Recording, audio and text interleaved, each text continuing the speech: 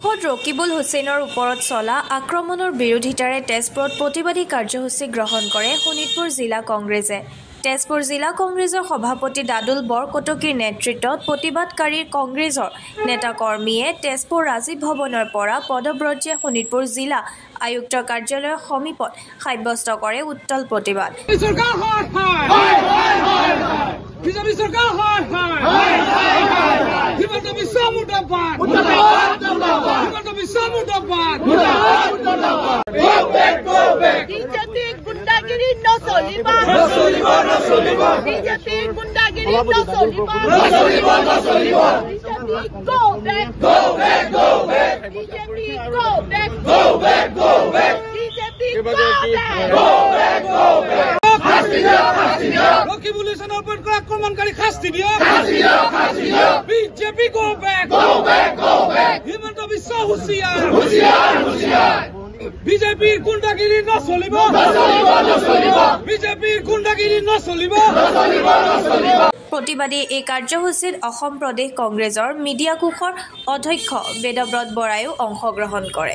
পদত্যাগ দাবী কৰিছো কাৰণ গৃহ বিভাগৰ দায়িত্বত আছে হিমন্ত বিশ্ব শৰ্মা। কালি আপোনালোক সকলোৱে দেখিলে যে আৰক্ষীৰ ওপৰত আক্ৰমণ চলিছে। যি PSO আছিলে ৰকিবুল হুছেইনৰ যি দেহৰক্ষী আছিলে দেহৰক্ষীক দুষ্কৃতিকাৰীয়ে কালি আক্ৰমণ কৰিছে আৰু বেয়াকৈ আহত কৰিছে। তাৰ মানে প্ৰশাসন চলোৱাত আৰক্ষীক চলোৱাত হিমন্ত বিশ্ব শৰ্মা ব্যৰ্থ হৈছে।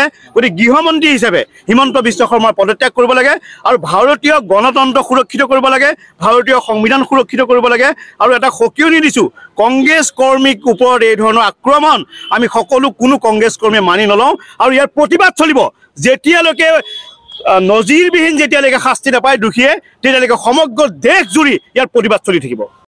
যোৱাকালি 20 ফেব্ৰুৱাৰী দিনটো অসমৰ ইতিহাসত অতিকৈ কলংকিত অধ্যায় হিচাপে চিহ্নিত হৈছে।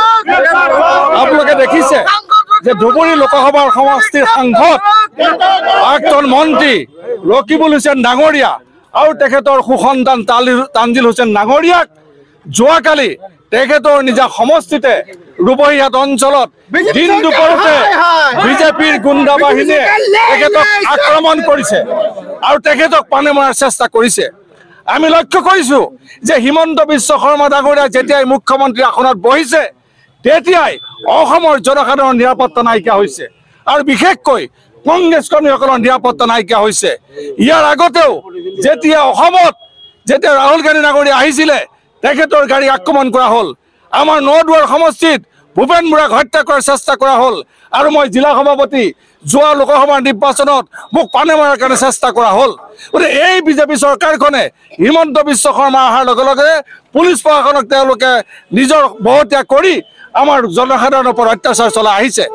আমি একে দাবী জনাইছো শোণিতপুৰ জিলা কংগ্ৰেছৰ তৰফৰ পৰা যে ৰকিবুল হুছেইনৰ গাত যিসমূহ কোপ পৰিছে সেই কোপ ৰকিবুল হুছেইনৰ গাত পৰা নাই, লক্ষ লক্ষ কংগ্ৰেছ কৰ্মীৰ গাত পৰিছে আৰু এই লক্ষ লক্ষ কংগ্ৰেছ কৰ্মীয়ে ইয়াৰ প্ৰত্যুত্তৰ দিবলৈ আমি সাজু হৈ আহিছো আৰু একে ৰাজপথলৈ ওলাই আহিছো। আমি শোণিতপুৰ জিলা কংগ্ৰেছেও ইয়াক তীব্ৰ প্ৰতিবাদ কৰিছো আৰু দোষী ব্যক্তিক অনুজীৱনভাৱে শাস্তি প্ৰদান কৰিব লাগে আৰু ন্যায়িক তদন্ত কৰি এই দোষী ব্যক্তিসকলক কঠোৰৰ পৰা কঠোৰতম শাস্তি প্ৰদান কৰিব লাগে।